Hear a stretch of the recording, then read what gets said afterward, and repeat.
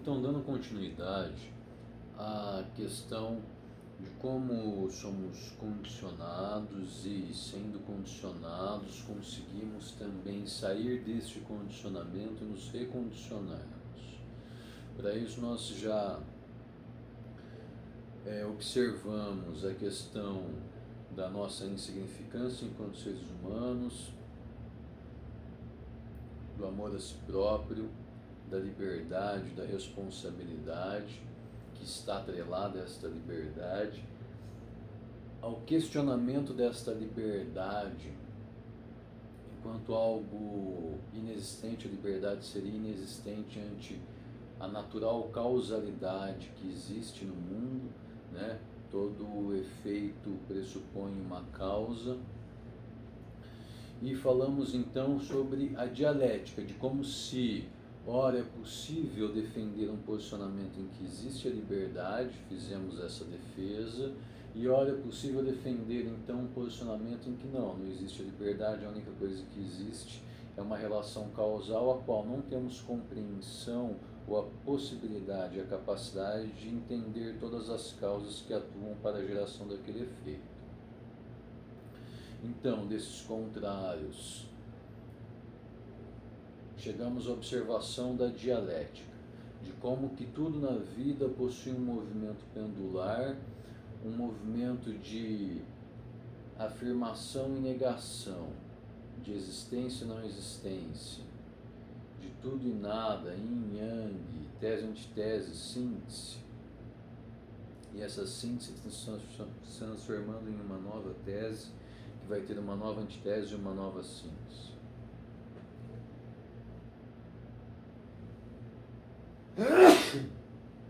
Desculpa. Agora, a questão que se coloca é: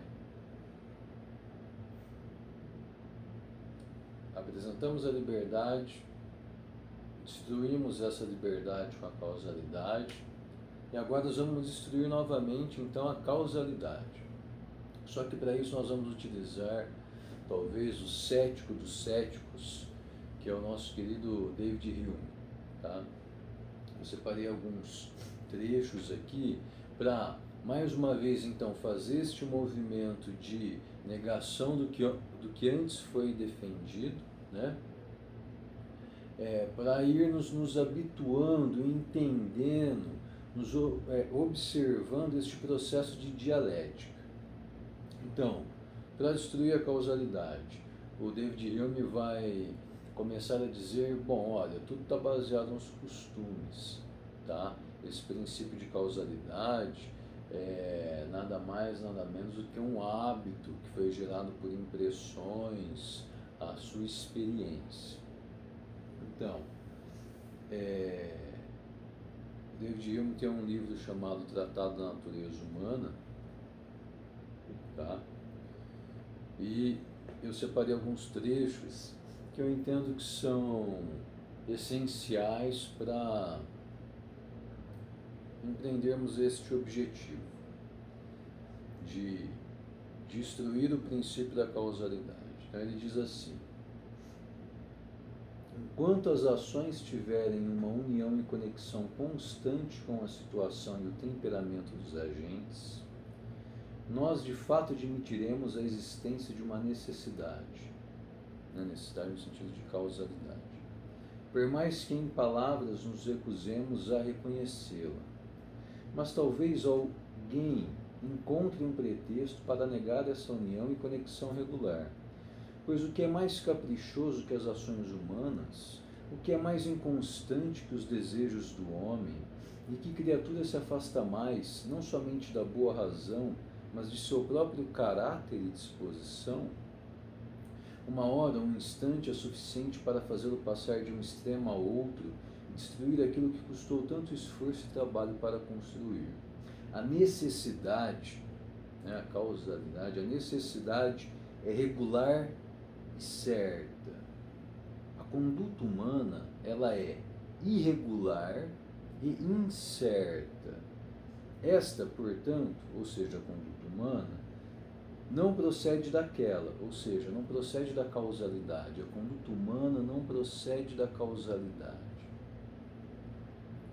Bom, o que o David Hume já está colocando aqui é a importância dos costumes na nossa vida.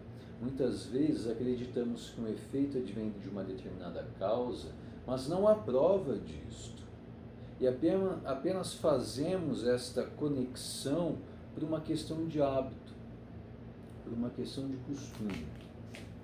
Um outro trecho que eu separei aqui, que eu achei interessante para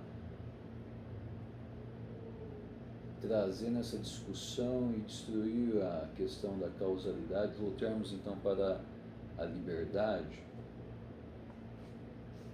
está aqui na página 135 desta edição. David Hume diz assim: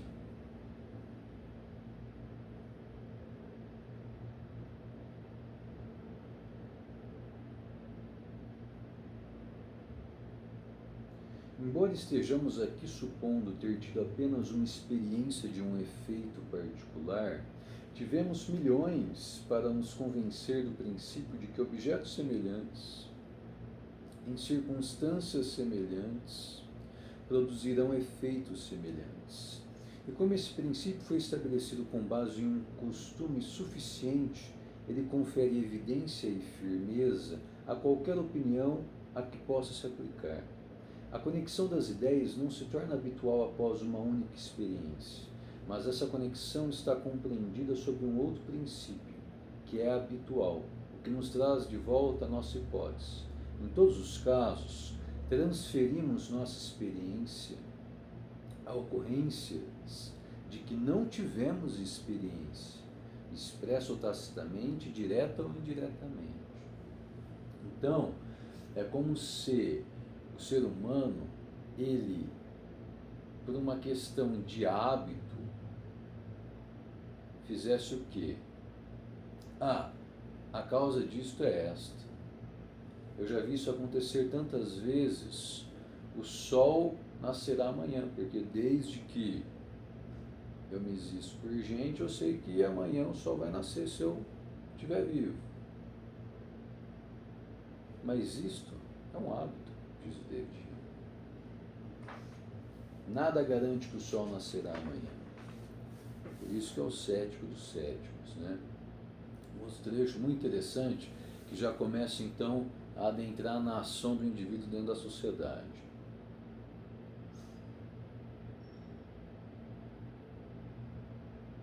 Não é somente na poesia e na música que devemos seguir nosso gosto e sentimento, mas também na filosofia. Quando estou convencido de um princípio qualquer, é apenas uma ideia que me atinge com mais força. Quando dou preferência a um conjunto de argumentos sobre o outro, não faço mais que decidir, partindo daquilo que sinto, sobre a superioridade de sua influência. Os objetos não possuem entre si conexão que se possa descobrir, nenhum outro princípio senão um costume, operando sobre a imaginação, permite-nos fazer uma inferência da aparição de um à existência de outro. Então, mais uma vez, o costume operando. Não há prova daquela conexão, ela é dada em razão de um hábito que está se repetindo, mas não há uma prova. E a repetição deste hábito na psicologia humana é entendida como uma evidência, como uma certeza. Então, tio Hume continua.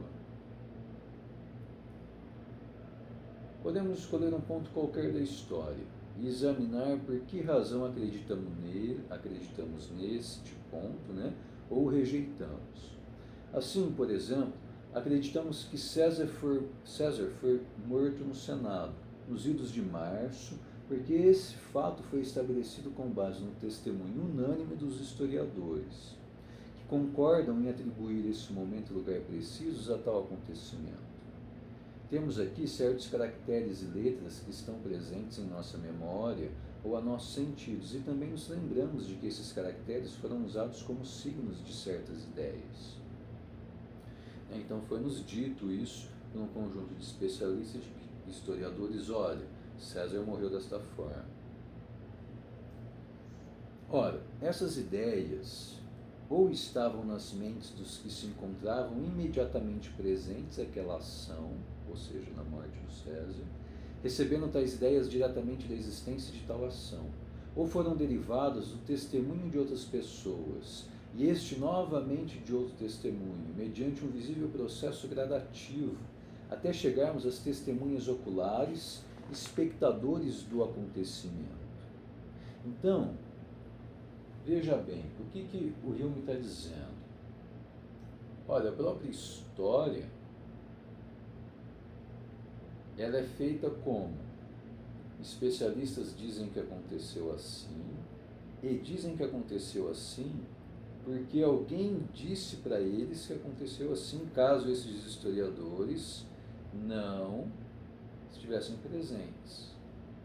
Se estes historiadores, vamos supor, estivessem presentes ao fato e anotassem, eu estou vendo, eu tive a impressão, eu vi o César desfalecendo, vou anotar. E vou passar isto então como uma mensagem para outra pessoa. Essa pessoa vai passar para frente, outra vai passar para frente, outra vai passar para frente. E daqui a 1000 anos acreditarão que esta é a versão. Mas já ouviu falar de telefone sem fio? Da piada do telefone sem fio? Então, onde está a segurança da história? Então, a questão é: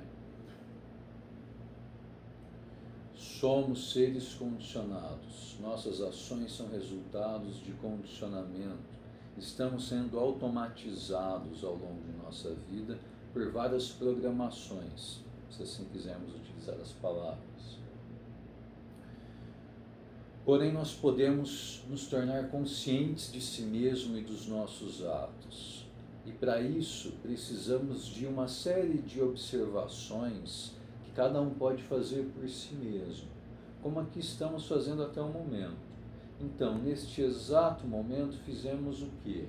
Recapitulamos o que dissemos até aqui sobre insignificância do ser humano, amor a si próprio no ser humano, liberdade, uma condição de existência do ser humano quando ele questiona, quando ele pensa, quando ele contesta, a responsabilidade que advém do ser humano ser a origem de suas ações.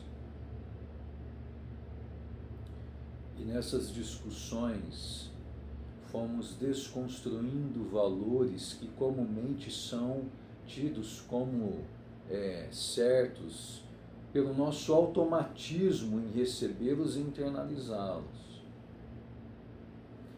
Então, voltamos a trabalhar com a questão da causalidade, negando a liberdade, mostramos isto é dialética. E agora estamos trabalhando com a dialética e mais uma vez fazendo o quê? Destruindo a causalidade. E falando, não, tudo é um costume.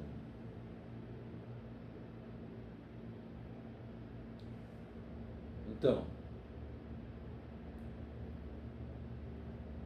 ditas essas palavras, o próximo passo que nós temos que talvez dar, o que nós devemos observar é, neste processo dialético de afirmação e negação no decorrer da vida, em que momento eu me torno consciente? Em que momento eu consigo observar o meu condicionamento? Este momento é suficiente para a mudança? Ao visualizar o presente, o existente, compreendendo os condicionamentos, aproximando-se de um real, do ser em si,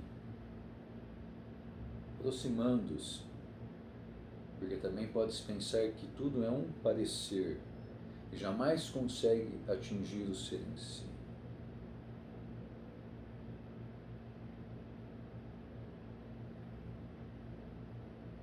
Como então se reprogramar? E daí passamos a analisar necessariamente, ou apenas por uma livre associação, aí a dialética mais uma vez operando, as questões do inconsciente e as questões de como se tornar um criador das próprias regras. Você faz regra?